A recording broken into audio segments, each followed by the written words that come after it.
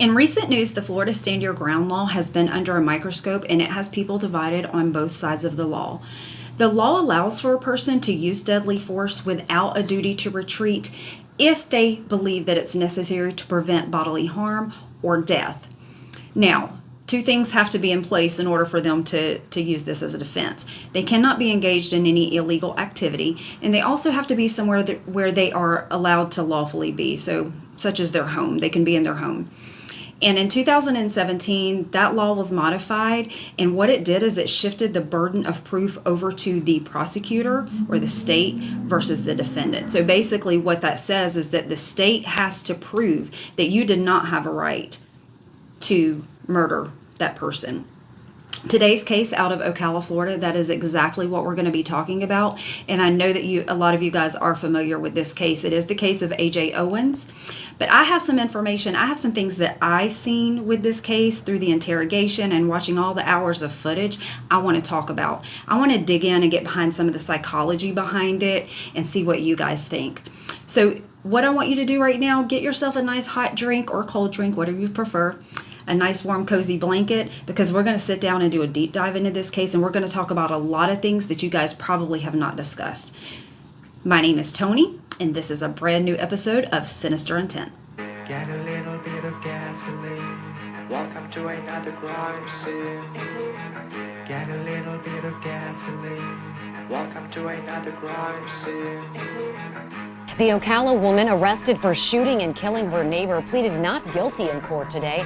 Susan Lorincz remains in jail on a $154,000 bond. Lorincz used racial slurs at AJ Owens' children. She also admitted to swinging an umbrella.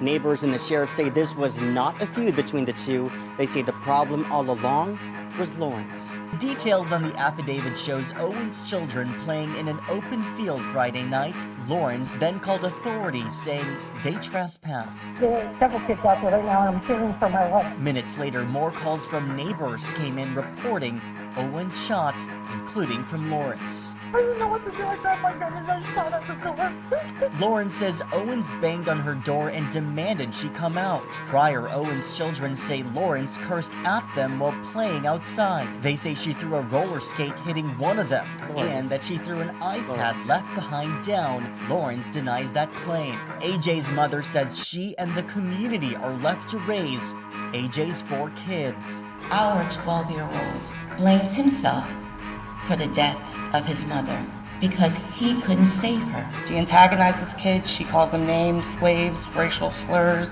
Now AJ Owens' family are hoping Lorincz will be convicted, not for manslaughter, but murder. The death of AJ Owens was a culmination of a 2.5-year ongoing dispute that she had with her neighbor, Susan Lorincz. And unfortunately, that dispute escalated on June the 2nd, 2023, when Susan Lorincz shot AJ Owens through her front door. But first, I do want to tell you guys a little bit about AJ that I learned. So AJ was a 35-year-old single mother of 4 children. She had 3 sons and 1 daughter. Her sons were Isaac, Titus, and Israel, and then she had her daughter Africa. And to say that she loved these children unconditionally is an understatement. Everything that she did was for those children. She was the team mom to their sports teams. She regularly volunteered in their classroom. And she always made sure that they had a hot meal on the table for them. And I want to add this in there because I heard a lot of people in the neighborhood say this about AJ. Not only did she help her children, but she helped other people's children. So if there was another single mom out there that needed help with her child, whether it be sports or school, AJ was there. No one had anything bad to say about her, except for the person that I'm going to talk about next, which is the defendant in this trial. But AJ was a restaurant manager, so she was in the hospitality business, and once again, there were no coworkers that said anything bad about her. So everything that I'm telling you in this is really good when it comes to AJ. Now, on the opposite side of this, we're going to talk about the defendant in this case, and a lot of you guys already know who she is, but her name is Susan Lorincz. At the time this happened, she was 58 years old. She was single, never been married, never had any children. She lived alone.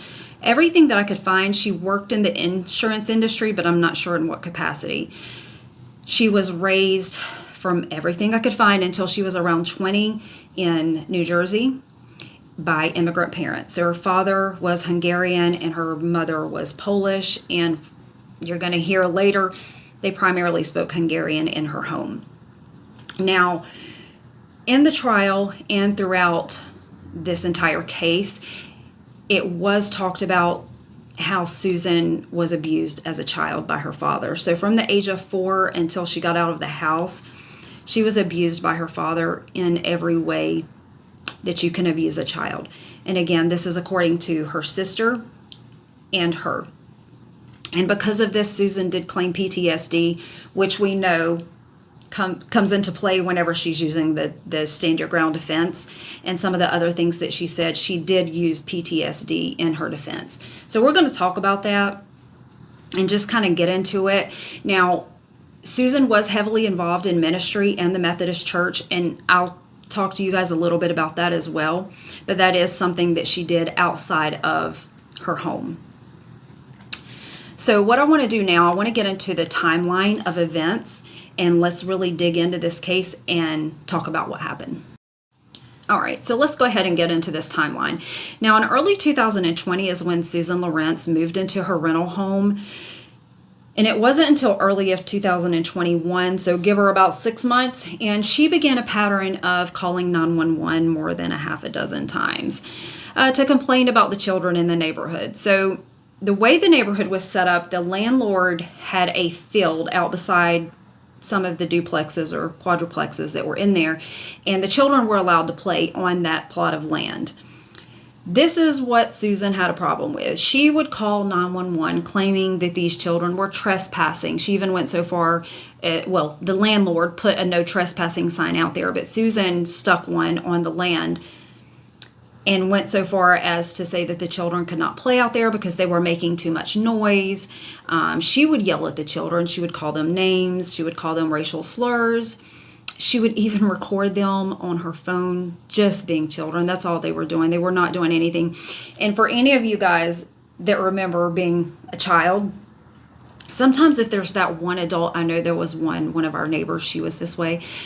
If there's an adult that kind of, I don't know, the children know that they don't like them, and it's always like, get off my lawn or something like that. A lot of times children do tend to antagonize those adults. I did it.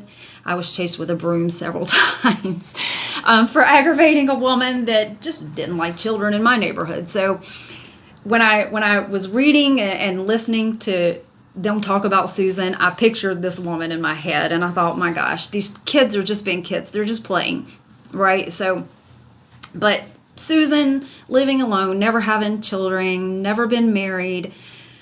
Honestly, it just seemed like she was a miserable person, and she didn't like to hear the laughs and the screams and the playing. That's just my opinion. That's what I gathered from it. But nonetheless, she would call 911. It was a pattern. She would call them and say, oh, these children are screaming.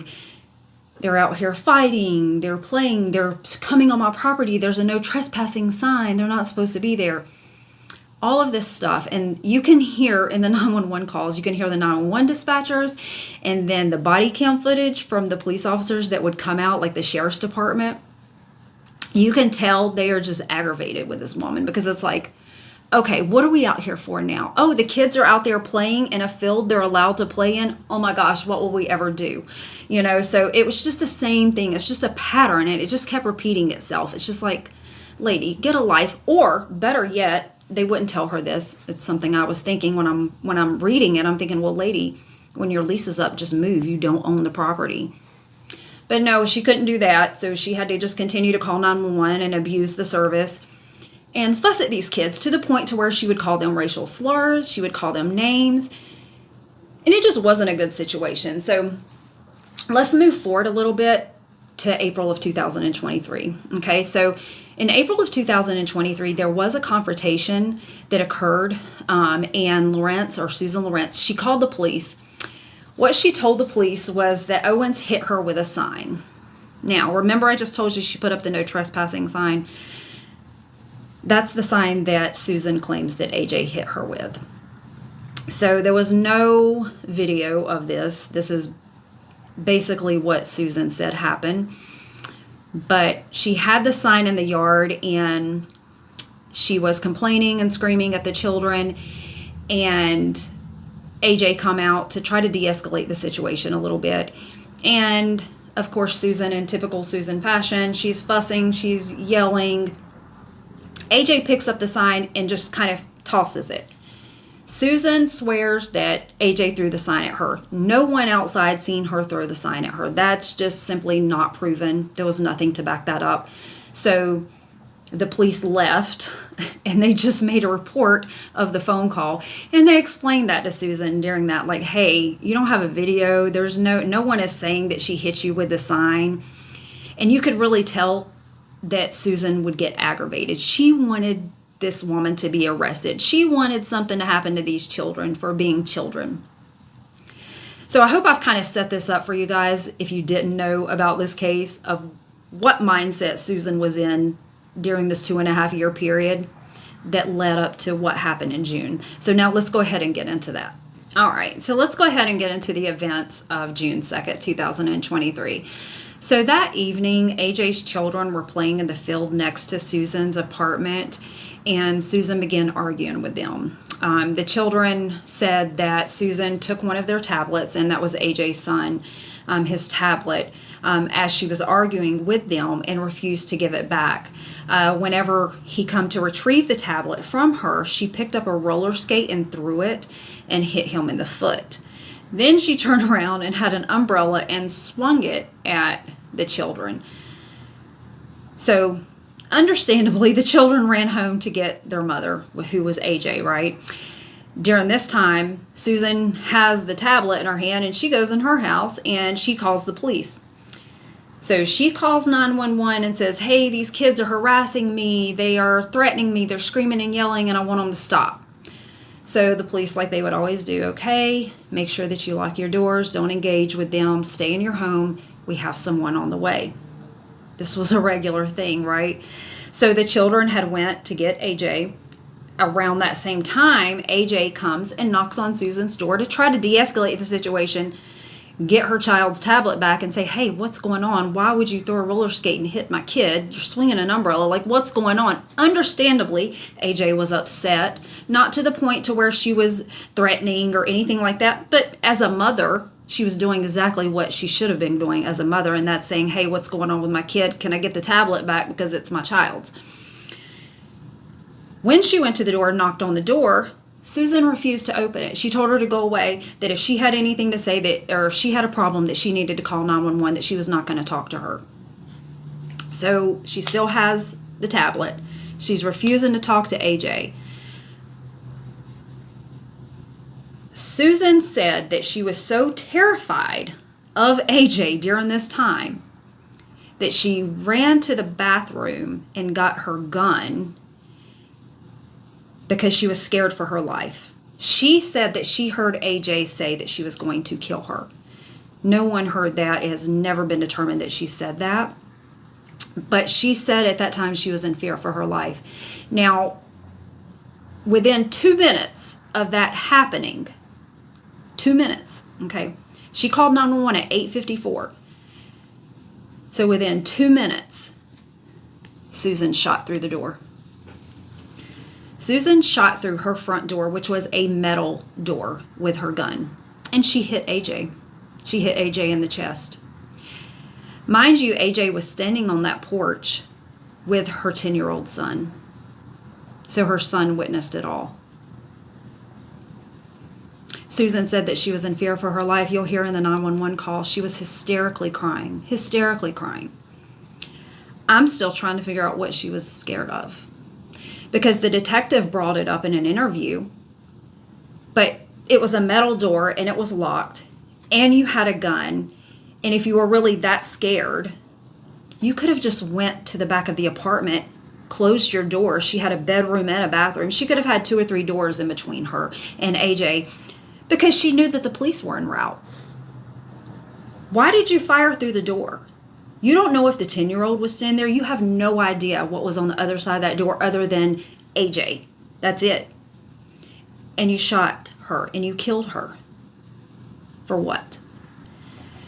So once Susan shot AJ, Her son, the 10-year-old, runs to get help, and it is pure chaos.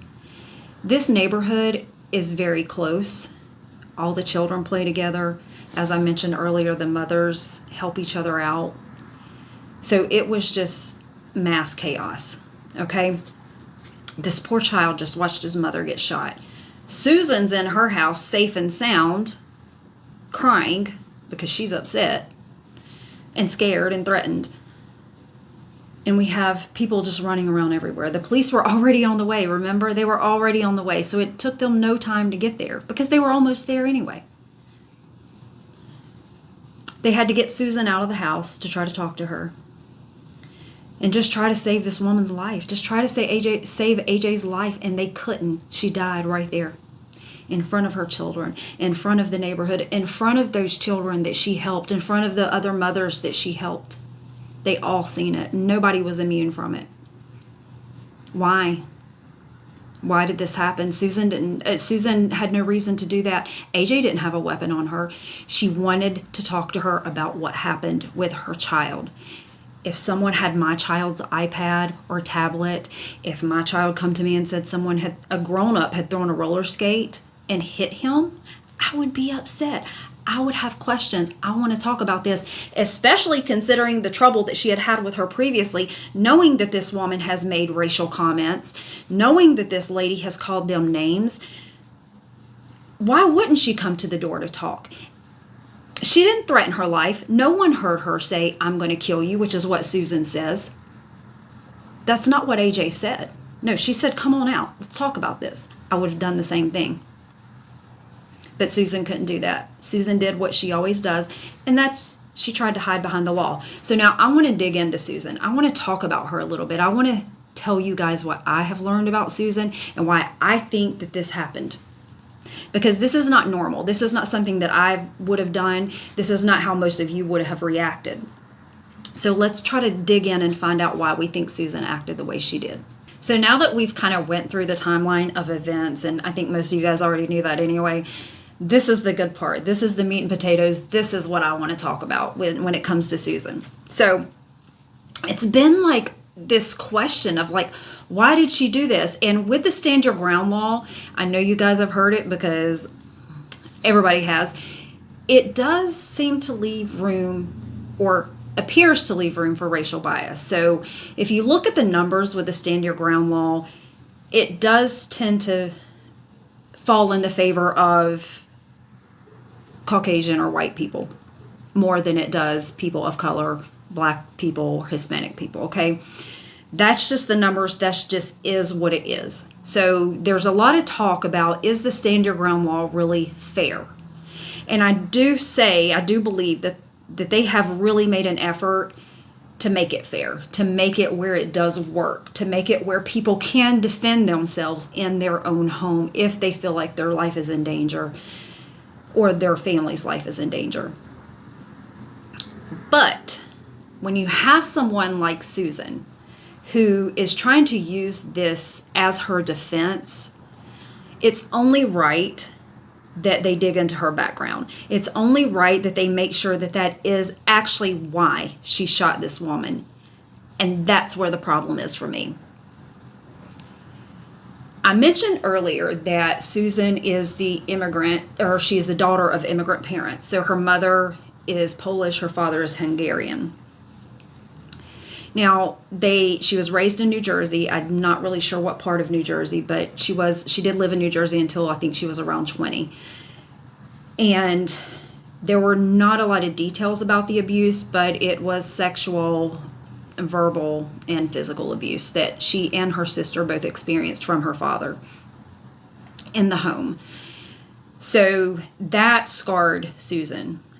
Also, Susan claims that when she was 14, a girl that she was friends with was kidnapped and held hostage and violated in a factory up in New Jersey and buried alive.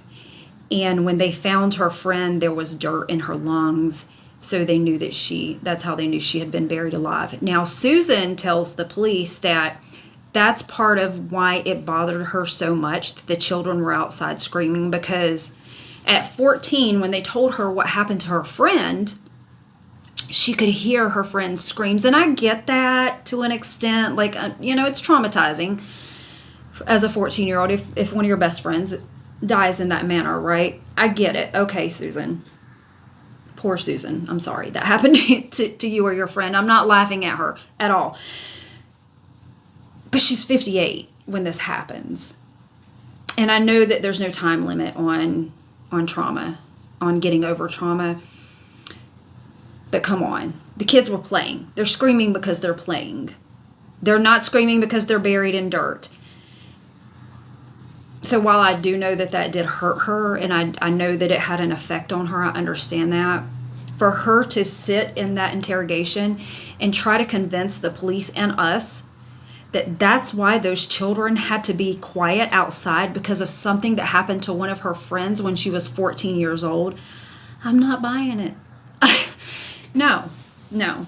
We've all had bad things happen. We've all been in events and seen things that maybe we shouldn't have seen as children or even when we got older. But that's no excuse. You can't expect the world to walk on eggshells just because you went through something. If that's the case, we'll just all walk around on eggshells all the time because all of us have had something happen to us in our life, right? Okay. So that's one thing that she said as to why she hated the kids screaming and playing, okay? Also, I want to bring this up. Think about what I just told you. Susan was abused from the age of 4 until she moved out. Okay, her sister backed that up. She said that. How much of a childhood did Susan actually really get? So when I heard this, I thought that's also probably another reason why it bothers her so much that these children are outside laughing and playing. She never really got to do a lot of that. I'm not making excuses for her because there is no excuse. I'm just trying to get behind and understand what was going on in her mind or what her makeup is as a person mentally to make her do something like what she did. So let's move on to another event that Susan mentioned. And I want to talk about this because this is what brought me to my conclusion. This is why I think that Susan did what she did. And it's based on an answer that she gave to detectives during one of the interviews, okay? So, of course, they're going to ask her everything that has been said, and they're asking her about the racial slurs that she was calling the children. So they're asking her about racism, is she racist? Does she have a problem with black people? Of course, she denies it. So they said, well, have you ever used the N-word? Because the kids and the adults are alleging that she did. Susan went from saying, no, I didn't say that. No, I don't use that word, to, well, maybe I did say it, but I had to ask someone what it meant, and they said that it means a dirty person or a neat person, and the reason is because my primary language growing up was Hungarian, and so, it just kind of I didn't really know what that meant.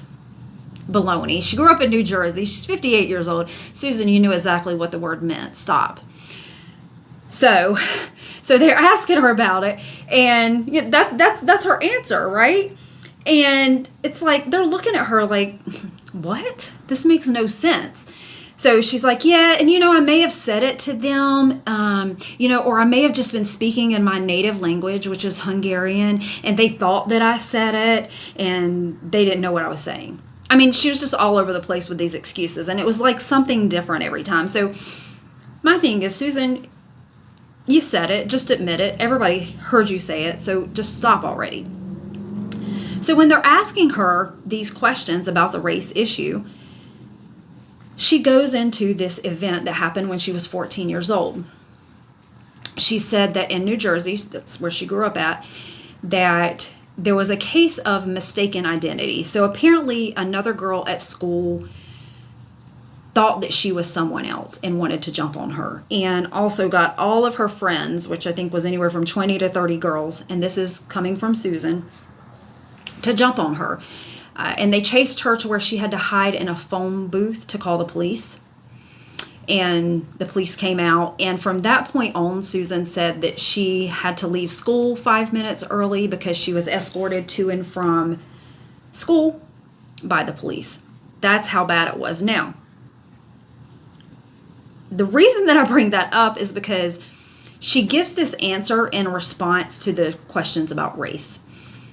Had she ever had a problem with someone black or of another race? That was her answer. So while she didn't say, okay, the girl that chased me and her friends were black or Hispanic, I'm going to assume that they were, because that's how she answered that question. Mind you, I just told you that she was 14 when this happened. She was 58 when she shot AJ. My opinion, I think that she harbored that hatred and resentment toward black people that entire time. Because let me tell you something. She was involved, I told you this earlier, she was heavily involved in the Methodist Church, right? So the friend, one of her friends, and this friend actually testified in the trial, said that she mentored her niece for her in the ministry. So she didn't have a problem with this woman's niece. This woman's niece was white. Okay. Her sister has a son, and she was very hands-on with him. She didn't have a problem with him. She did a lot for him. She was very involved. He was white. Yeah. So when the question comes up about race as to did she have a problem with the black people, though she won't admit it, I think Susan did have a problem with the black people. And I think that she carried that from the time that she was 14 years old up until this event happened. And during the investigation, the search showed that she had actually looked up the Stand Your Ground law before she did this. She had looked up that law. Not only that, she already owned a gun, okay? She had a gun. 2 months before she shot AJ, she went and bought another gun. So when the police asked her about that, the detectives were like, hey, you had this gun, but then you went and bought another gun. What was that about? And she says, oh, well, I bought the other gun because the gun I have was too expensive to shoot. So in my mind, and I could see in the detective's mind, it's like, oh, well, you must be an avid shooter, that type of thing, right? Because if you're worried about the price to shoot, you must shoot a lot. I have a weapon, I have a gun, and, or I used to have one, and I wasn't worried about the cost of ammunition, because you know why? Because I only used it for protection. I only used it whenever I needed to use it, which was never. So I really didn't care about the price of the ammunition. But Susan said that she bought this second gun because of the price, or the cost to shoot the other gun. So when the police said, oh, then you shoot a lot, or okay. Her response was, well, no, I'm terrified. I've been terrified of guns my whole life.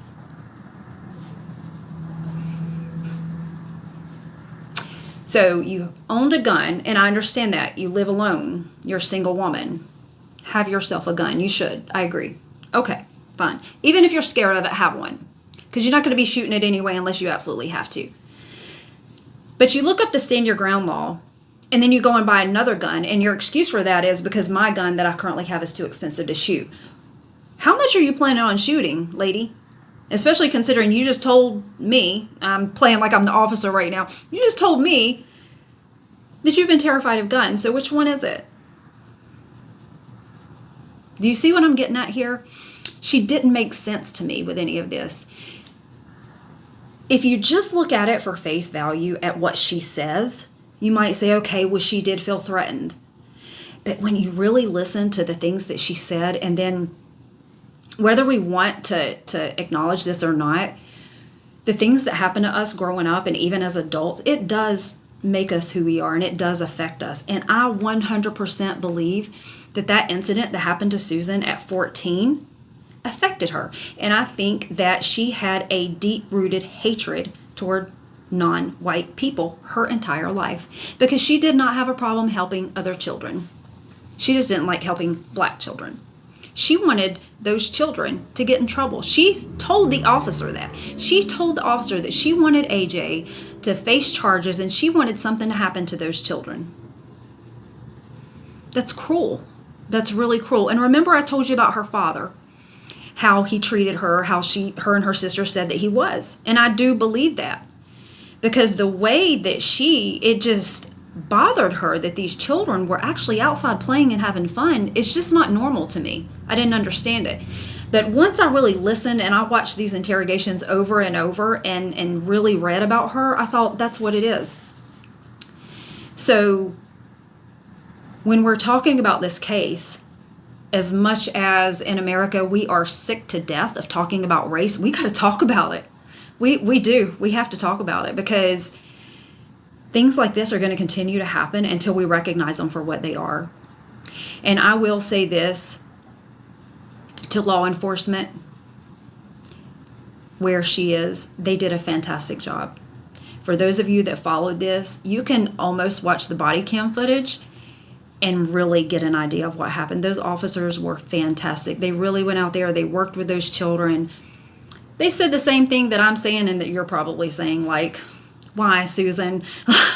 You know, why? Why are you doing this? It's so silly. They're kids. They're going to be kids, you know? So anyway, for those of you that don't know, Susan was convicted of manslaughter. She was sentenced to 25 years, and she's currently serving that in the Homestead Correctional Institution in South Florida. So last thing I want to talk about on that. I said she was convicted of manslaughter. That in itself was also an issue, and that deserves to be talked about, because if we're looking at the criteria for murder versus manslaughter, while I think law enforcement got it right, and I think that they thoroughly investigated, I'm just not sure that the manslaughter was appropriate, because to me, in my eyes, in my opinion, it's a murder. But I also understand that law enforcement has to do what they think is going to stick, or what best suits it.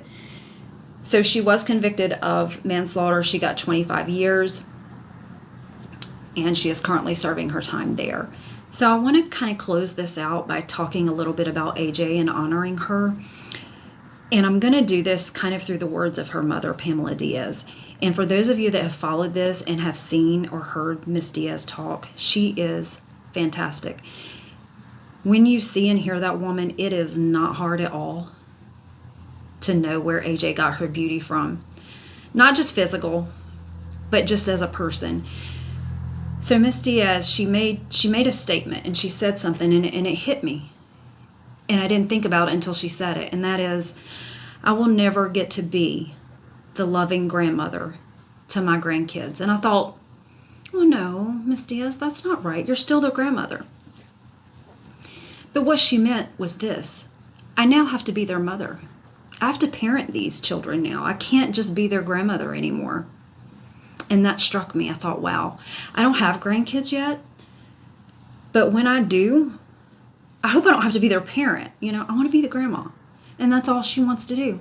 And she can't, because she has children to raise now without their mother. And on top of that, she's got to help them through this trauma. She has a 10-year-old grandson who was standing right there and watched his mother get shot. And he blames himself for that, because it was his tablet that this hateful, mean witch took. He has to live with that every day. Little Africa, one day she's probably going to have children. They're not going to get to know their grandmother. AJ's gone. She's not going to have her mom there to tell her how beautiful she is when she gets married.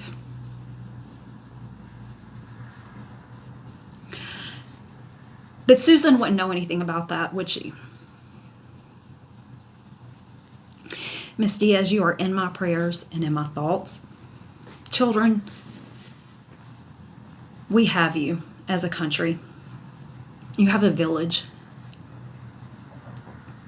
And you are stronger than you ever can imagine. I'm going to go ahead and close this out. I do want to thank you guys all for coming out and listening to me talk about my first story as the host on Sinister Intent. I've really enjoyed it. If you haven't already, please like, comment, share, and subscribe. Tell me what your thoughts are on this. Tell me if you think I'm on the right track with the reason Susan did this. Because it's kind of hard, right? It's kind of hard. If you're not that type of person, it's hard to understand how someone can be so miserable. That the screams and laughs of children irritate them to the point to where they want to murder their mother. What is wrong with you? And I will say this, I have a message for Susan. If it was up to me, you wouldn't even be there, sweetie. You wouldn't. You would be gone out of here. Shame on you. Again, thank you guys all for coming out for another episode of Sinister Intent.